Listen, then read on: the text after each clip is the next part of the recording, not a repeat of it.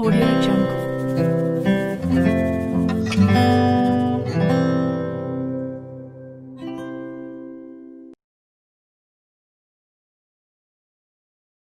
નમસ્કાર વિદ્યાર્થી મિત્રો, શ્રી ઈરપરા કન્યા વિદ્યાલય કાલાવડમાં આપનું હાર્દિક સ્વાગત છે.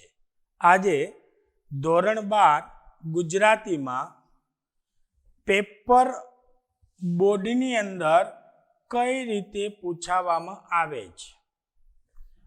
અગાઉના લેક્ચરમાં આપણે વાત પણ એ કરી હતી કે આ વર્ષ પૂરતા કેટલા પદ્ય અને કેટલાક ગદ્ય આપણા સિલેબસમાંથી કાઢવામાં આવ્યા છે. ત્યાર પછીનો જે પેપર સ્ટાઇલ છે કે આપણી સામે કયા પ્રકારનું પેપરનો નમૂનો આવી શકે એની માહિતી અહીં આપવામાં આવી છે. સૌથી પહેલા 100 ગુણનું પેપર રહેશે. ત્યાર પછી 5 વિભાગ હશે. વિભાગ એ, વિભાગ બી, વિભાગ સી, વિભાગ ડી અને વિભાગ ઈ. 5 વિભાગ, વિભાગ એ થી વિભાગ ઈ 20 ગુણના રહેશે. તો વિભાગ એ માં કઈ રીતે પ્રશ્નો પૂછાશે, વિભાગ બી માં કઈ રીતે હશે, વિભાગ સી, વિભાગ ડી અને વિભાગ ઈ ની અંદર કઈ રીતે પ્રશ્નો પૂછાશે એની તમને અહીં રૂપરેખા આપવામાં આવી છે કે આ રીતે આપણું પ્રશ્નપત્ર હશે. સૌથી પહેલા વિભાગ એ, પદ્ય વિભાગ મીન્સ કાવ્યમાંથી. વિભાગ એ છે 20 ગુણનો હશે અને કાવ્યમાંથી પ્રશ્નો પૂછવામાં આવશે. પ્રશ્ન નંબર 1 થી 4 હેતુલક્ષી પ્રશ્નો હશે. ટૂંકા પ્રશ્નો. હેતુલક્ષી પ્રશ્નો 4 પૂછવામાં આવશે અને તેના 4 ગુણ આપવાના હોય છે. 4 ગુણમાં એ પૂછાય છે. દાખલા તરીકે એવું પૂછે કે છેલ્લું દર્શન કાવ્યનો સાહિત્ય પ્રકાર જણાવો. ટૂંકા પ્રશ્નો. પ્રશ્ન નંબર 1 થી 4. ત્યાર પછી પ્રશ્ન નંબર 5 થી 8 એક વાક્યમાં પ્રશ્ન પૂછવામાં આવશે. દાખલા તરીકે એવો પ્રશ્ન પૂછવામાં આવે કે ખીજડીએ ટેકરીનો પ્રશ્ન છે કે ભોજાએ રહેવા માટે શું બનાવ્યું હતું. તો ભોજાએ રહેવા માટે હિરણ નદીના કાંઠે કૂબો બનાવ્યો હતો. એ એક વાક્યમાં પ્રશ્નો છે. એવા 4 પૂછવામાં આવશે. 5 થી 8 એના ગુણ કેટલા છે? 4. હેતુલક્ષીના ગુણ 4. પ્રશ્ન નંબર 9 થી 10 2 વાક્યમાં પ્રશ્નો તમારે જવાબ લખવાનો હશે. 2 પ્રશ્નો આપ્યા હશે, 2 લખવાના હશે, એના 4 ગુણ. ત્યાર પછી પ્રશ્ન નંબર 11 થી 12 12ના પ્રશ્નના અથવામાં તમને એક પ્રશ્ન આપે છે કે જે પ્રશ્ન સવિસ્તાર લખવાના હોય. એક પ્રશ્નના 4 ગુણ પ્લસ બીજા 4 ઇક્વલ 8. સવિસ્તાર કાવ્યમાંથી 3 પ્રશ્ન પૂછવામાં આવશે. 12માનો અથવા 12મું પૂછશે એટલે 2 માંથી તમારે કોઈ પણ એક લખવાનો છે. હકીકત પ્રશ્ન કેટલા લખવાના હોય? 2. 11મો ફરજિયાત હોય. 12માં તમને ઓપ્શન આપ્યો હોય તો તમે 2 માંથી ગમે તે એક લખી શકો. એના ગુણ છે 8. 4 માર્કના. ઓછામાં ઓછી 10 થી 12 લીટીની અંદર એ પ્રશ્નનો જવાબ લખાવો જોઈએ. એટલે એક પ્રશ્નના 4 ગુણ, 2 પ્રશ્ન લખવાના થાય એટલે 8. એટલે આ સેક્શન થાય છે 20 ગુણનું. વિભાગ એ પદ્ય 20 ગુણ. ત્યાર પછી વિભાગ બી એ આવશે ગદ્યનું. ગદ્ય એટલે પાઠ. ગદ્ય એટલે આ કાવ્યનો વિભાગ પૂરો થઈ ગયો, 20 માર્કનું આવશે એમાંથી. ત્યાર પછી ગદ્ય એટલે પાઠમાંથી પ્રશ્ન નંબર 13 થી 16 સેમ વિભાગ એની પદ્ધતિથી વિભાગ બી છે. આમાં હેતુલક્ષી પ્રશ્ન હશે. આમાં કાવ્યના પૂછાય છે તો આમાં પાઠના પૂછાશે. 13 થી 16 હેતુલક્ષી. પ્રશ્ન નંબર 17 થી 20 એક વાક્યમાં. પ્રશ્ન નંબર 21 થી 22 બે વાક્યમાં લખવાના.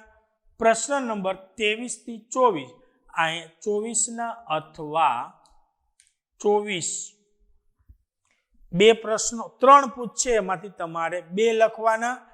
24મો પ્રશ્ન છે એનો અથવામાં એક 24મો આપ્યો છે, બેમાંથી એક, અને 23મો ફરજિયાત. અહીં 4 ગુણ, અહીં 4, અહીં 4, અહીં 4. જો એ અને બી સેમ થયું. અહીં કાવ્યની વાત છે, આમાં પાઠની વાત છે. અહીં 20 ગુણ થશે. વિભાગ એ કાવ્યલક્ષી પ્રશ્નો હશે, વિભાગ બી પાઠલક્ષી પ્રશ્નો હશે. બેયના 20-20 ગુણ. ત્યાર પછીનો ત્રીજો વિભાગ આવે છે આપણે વિભાગ સી. વિદ્યાર્થી મિત્રો, દરેક વિડીયો આપણી ચેનલ ઉપર મૂકવામાં આવ્યા છે. એ વિડીયોને જોશો એટલે તમને વ્યાકરણનો જે વિભાગ છે એ સરળ રીતે તમે સમજી શકશો. વિભાગ સી ની અંદર પ્રશ્ન નંબર 25 થી 29 સમાનાર્થી જોડવાના આવશે સામે સામે, એના 2 ગુણ છે. પ્રશ્ન નંબર 30 થી 34 વિરુદ્ધાર્થી શબ્દ લખવાનો, વાક્યનો અર્થ બદલવો જોઈએ નહીં, એના 2 ગુણ છે. પ્રશ્ન નંબર 35 થી 39 શબ્દ સમૂહ છે, એના 2 ગુણ છે. આમાં એક સ્પષ્ટતા કરી દે, લેક્ચર જ્યારે વિભાગ સી ના આપણે લેવાના ત્યારે કહેવામાં આવ્યું છે કે તમારે એમાં કોઈ પણ ઓપ્શન છોડવાનો નથી. એટલા માટે કે વ્યાકરણમાં કદાચ એક આડાહવડો પ્રશ્ન થયો હોય તો એનું સ્પષ્ટ માર્કિંગ કરી શકે, એટલે છોડવાનું થતું નથી. નહીતર 25 થી 29માં 4 જ લખવાના હોય, 30 થી 34માં 4 જ લખવાના હોય, 35 થી 39માં 4 જ લખવાના હોય. તમને એક વધારાના આપ્યા હોય, આપણે લખવાના જ. ત્યાર પછી પ્રશ્ન નંબર 40 થી 41 તળપદા શબ્દ આપેલ હશે, તેને શિષ્ટ રૂપ આપવાનું હોય છે.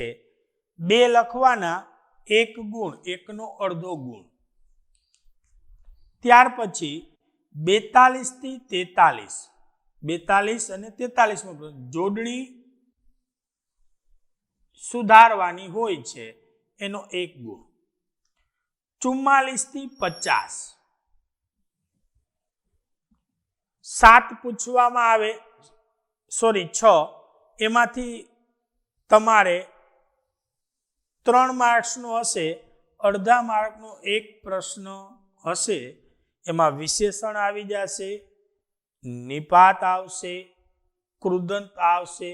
કૃદંતને ઓળખાવાનું હોય, વિશેષણ શોધવાનું હોય. એ 44 થી જે 50 છે એની અંદર આ મુદ્દાઓ પૂછાય છે. ગુણ છે એના 3. ત્યાર પછી પ્રશ્ન નંબર 51 થી 52 રૂઢિપ્રયોગનો અર્થ આપી વાક્યમાં પ્રયોગ કરો. 2 લખવાના, 2 ગુણ. ત્યાર પછી 53 થી 55 55નો અથવામાં એક તમને પૂછવામાં આવશે. 2 માંથી ગમે તે એક લખવાનો. 53 54 તો લખવાનો. 3 ગુણ છે. જો એક વાક્ય બદલાવાના 3 ગુણ છે. 53 54 55 અથવા 55. તો એમાં શું આવશે? લેખન રૂઢિનો એક મુદ્દો હશે, ભાષા સુધી હશે, પદક્રમ હશે અને પ્રત્યય. આ 4 પૂછવામાં આવે છે. લેખન રૂઢિ, ભાષા સુધી, પદક્રમ અને પ્રત્યય. લાઈન દાખલા તરીકે આપણે વાત કરી 53, પ્રશ્ન નંબર 54, પ્રશ્ન નંબર 55 અથવા 55. આ રીતે પેપરની અંદર હશે, વાક્ય આપેલ હશે, કાઉન્સમાં લખેલ હશે લેખન રૂઢિની દ્રષ્ટિએ વાક્ય બનાવો. અહીંયા લખેલ હશે ભાષા સુધી વાક્યમાં કરો. આ વાક્યમાં કાઉન્સમાં એવું લખ પદક્રમમાં ગોઠવવો. આ વાક્યની અંદર એવું હશે પ્રત્યય સુધારો. ત્યાર પછી પ્રશ્ન નંબર 56 થી 58 3 પ્રશ્નો હશે. તમારે એમાં 2 લખવાના હોય તો આપણે સૂચના આપી એ મુજબ આપણે 3 લખવાના છે. એના 2 ગુણ. સાદું વાક્ય બનાવો. સંયુક્ત વાક્ય હશે એને સાદા વાક્યમાં તમારે લખવાના છે. એટલે જે સંયોજક આપેલ હોય એ સંયોજક કાઢીને ત્યાં શું કરવાનું છે? પૂર્ણ વિરામ. એટલે 56 થી 58 સાદું વાક્ય. અને ત્યાર પછી વિભાગ સી નો છેલ્લો ક્વેશ્ચન, પ્રશ્ન નંબર 59 થી 61 સાદું વાક્ય આપેલ હશે. તેની જગ્યાએ તમારે શું કરવાનું? સંયોજક ઉમેરવાના છે. એટલે આના ગુણ કેટલા થશે? 20 ગુણ. વિભાગ સી પૂર્ણ. વિભાગ ડી 20 ગુણ. પેલો પ્રશ્ન નંબર 62 થી 66 કાવ્ય આપેલ હશે. કાવ્યને નીચે પ્રશ્નો આપેલા હશે. એ પ્રશ્નોને સમજીને કાવ્યમાંથી તમારે એના જવાબને શોધવાના છે. એના ગુણ છે 5. એ જ રીતે પ્રશ્ન નંબર 67 થી 71 ગદ્ય ખંડ. પેરેગ્રાફ ગદ્ય આપેલો હશે. એની નીચે 5 પ્રશ્નો હશે. એ 5 પ્રશ્નોના જવાબ તમારે ગદ્ય ખંડની અંદર શોધીને લખવાના છે. વિદ્યાર્થી મિત્રો, અહીં સ્પષ્ટ વાત કરું છું કે કાવ્યના પ્રશ્નોની પંક્તિ નથી લખવાની તમારે. એ પંક્તિનો ભાવાર્થ શું કહે છે એ ભાવાર્થને લખવાનો છે. ગદ્યખંડના 5 પ્રશ્નો, એના 5 જવાબ, 5 ગુણ. પ્રશ્ન નંબર 72 સંક્ષેપીકરણ કરો. પેરેગ્રાફ આપેલ હશે. એમાંથી 1/3 ભાગની અંદર તમારે, આનો વિડીયો મૂક્યો ત્યારે કીધું છે, વધીને 4 થી 5 લીટી અંદર સંક્ષેપીકરણ થવું જોઈએ. એથી વધારે થવું જોઈએ નહીં. એના 5 ગુણ. સંક્ષેપીકરણ કરીને તમારે યોગ્ય શીર્ષક આપવાનું હોય છે. અને પ્રશ્ન નંબર 73 વિચાર વિકાસના ક્રમમાં ગોઠવો. એના પણ 5 ગુણ છે. પેરેગ્રાફ આડાહવડો હશે વાક્ય. એ વાક્યને તમારે તમારા પાઠ મુજબ એને ગોઠવવાનું હોય છે. કારણ કે આ એક પ્રશ્ન નંબર 73 છે, તમારા પાઠમાંથી પૂછવામાં આવે છે. વિભાગ ડી ની વાત થઈ. ત્યાર પછી છેલ્લો વિભાગ, વિભાગ ઈ 20 ગુણનો છે. પ્રશ્ન નંબર 74 અરજી કોઈ પણ પૂછાશે. એ અરજી તમારે લખવાની. એના 5 ગુણ. પ્રશ્ન નંબર 75 વાદાત્મક અને ભાવાત્મક. કાં વાદાત્મક લખો અને કાં ભાવાત્મક, બે અથવામાં હશે. વાદાત્મકના અથવામાં ભાવાત્મક, બેમાંથી કોઈ તમારે એક લખવાનું છે. 10 થી 15 લીટીની અંદર. એના 5 ગુણ. અને છેલ્લો પ્રશ્ન, પ્રશ્ન નંબર 76 નિબંધ લેખન. 3 નિબંધો આપેલા હશે. ગુણ એના 10. એમાંથી તમારે કોઈ પણ એક નિબંધ લખવાનો છે. 3 થી 3.5 પેજની અંદર એ આપણો નિબંધ લખાવો જોઈએ. તો આપણે યોગ્ય રીતે માર્કિંગ મળી શકે.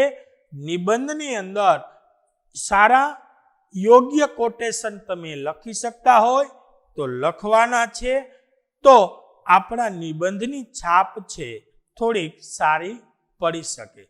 વિદ્યાર્થી મિત્રો, એટલે આ રીતે 2021ની અંદર અથવા આપણી 2020 પછી કોઈ પણ એક્ઝામ લેવાશે એનું આ રીતે આખું પેપરનો નમૂનો હશે. આ રીતે આપણે પેપર લખવાનું થશે. અસ્તુ, ઘરમાં રહો, સુરક્ષિત રહો.